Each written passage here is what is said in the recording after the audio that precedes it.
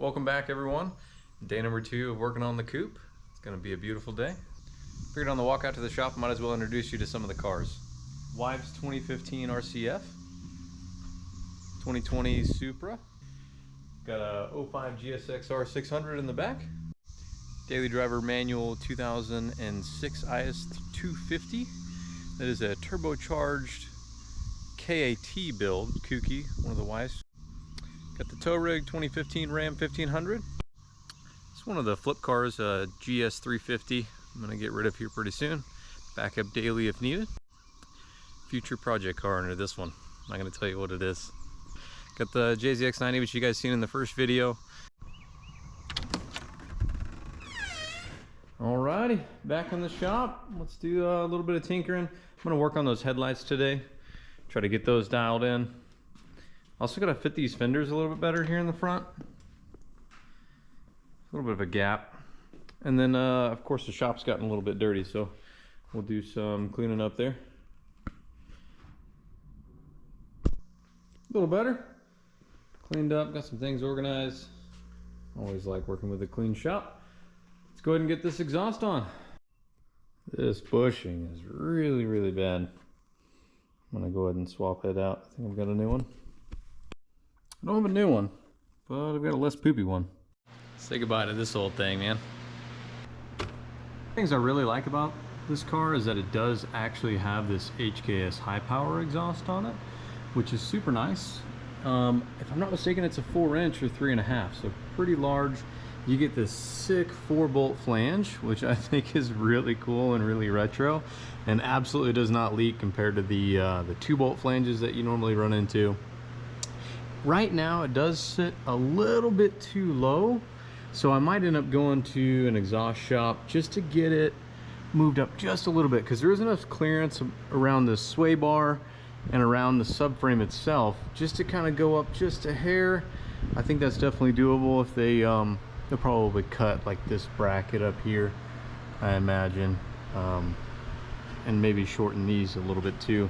We'll probably end up having to cut the bumper a little bit because it is just a little bit tucked up underneath it, but that's nothing. Just to kind of trim out a little half moon shape there. But yeah, definitely excited. The SR does sound really good with this exhaust, with the added resonator in here, and of course the deleted cat. So another thing I noticed while underneath the car is that the oil pan actually sits just in line pretty much with the subframe itself. I think I'm going to space out these mounts. I've got a couple extra discs. I can throw one on each side just to get it up just enough to where we know that it's not going to be the first thing to hit if the car bottoms out. You can also see that the sway bar here is just a hair below it, and this is the first thing you come into contact with. We'll eventually put a under splash shield or aluminum kind of scrape guard underneath here to limit any other of those other impacts with the actual oil pan itself, which could cause some engine failure, which you don't want.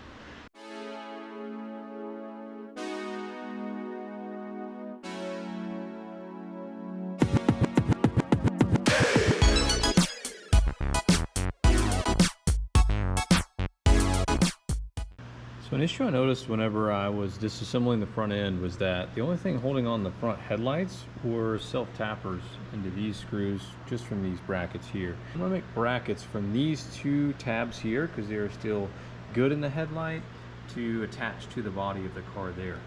That way the headlights will be installed correctly for the most part, shouldn't flop around while being attached to fiberglass fenders. May not know how to fabricate, but I'm pretty sure I can make just some simple L brackets to get the headlight to sit just like this. Went to Lowe's, got some simple L brackets here, kind of measured it out. So drill there, cut there, and we'll see where we end up.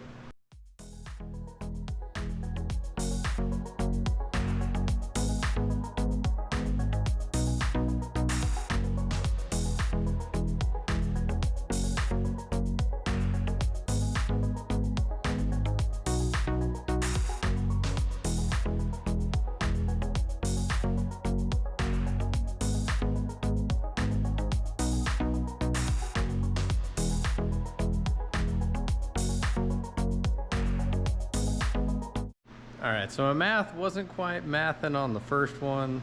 It's a little short, but I was able to make another one. I was able to actually reuse the stock ground location and just put a little bit longer bolt through there, and then a nut. So yeah, she's good. It's lined up. It's level. Got the OEM bolt style on this side, so no more self tappers, and she ain't going nowhere. So I'll make one more bracket for the other side. Headlights are on, bracketed, not going anywhere. I did use 2 brackets on this one because before it did move with the one. So I got an extra little support bracket here coming off of this piece.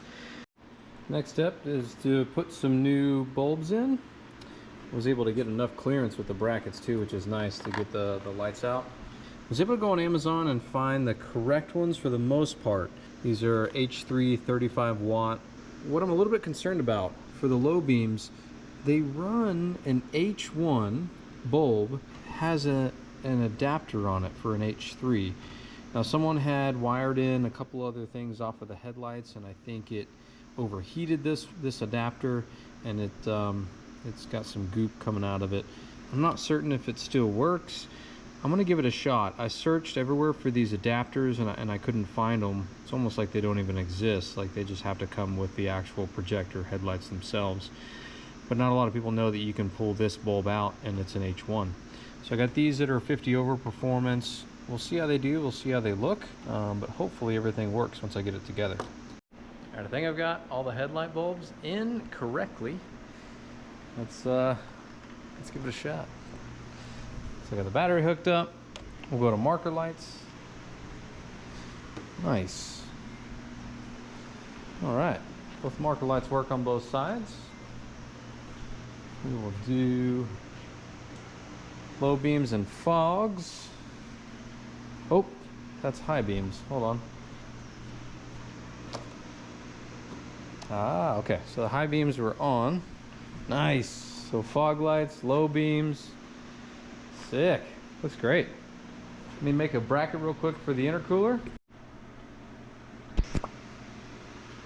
Super simple, easy. The bottom's bolted on really, really well with some thicker girders. The top just needed a little bit to keep it from flopping around. All right, going to put the front bumper on, but it is actually busted pretty bad. It's actually broken completely in half. This side over here is not that great either. So I'm gonna do a couple tricks. I'm going to do some basic drift stitching, as I don't want to do fiberglass work and then paint it. And then I'll actually go in on the back side after that and then just do some spray foam.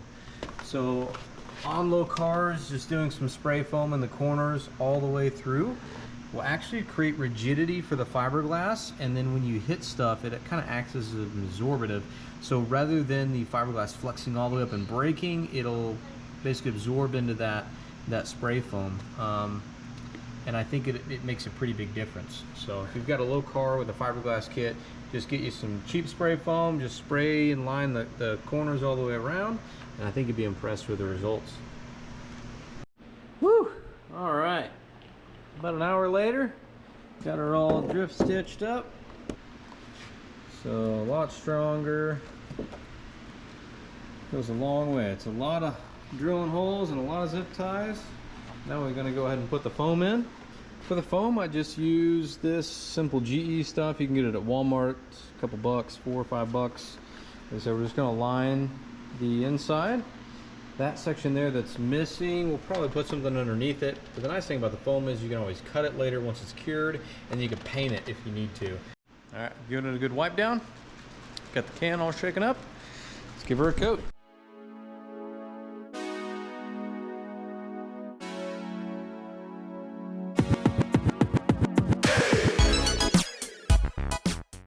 So while waiting on the foam to cure, super stoked. I found these. I think these will fit in the bumper. Sick. Get you a gander at that. Woo! That's hot. I can dig it. Decent amount of angle too for basically being stock. So next thing, tightening the sway bar end links. You always want to make sure the weight of the car is on the actual end links before you tighten them down. A lot of people swear by creepers. I swear by the yoga mat. Went ahead and added a spacer to each side, and it is right where I want it to be. Just clears the pan all the way across. All right, wifey said the fitment was poo-poo, so we're putting some spacers on the back.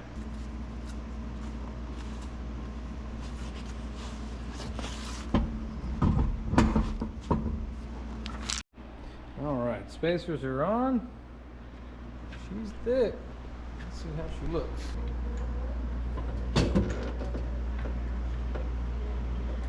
Oh yeah, night and day. That's better.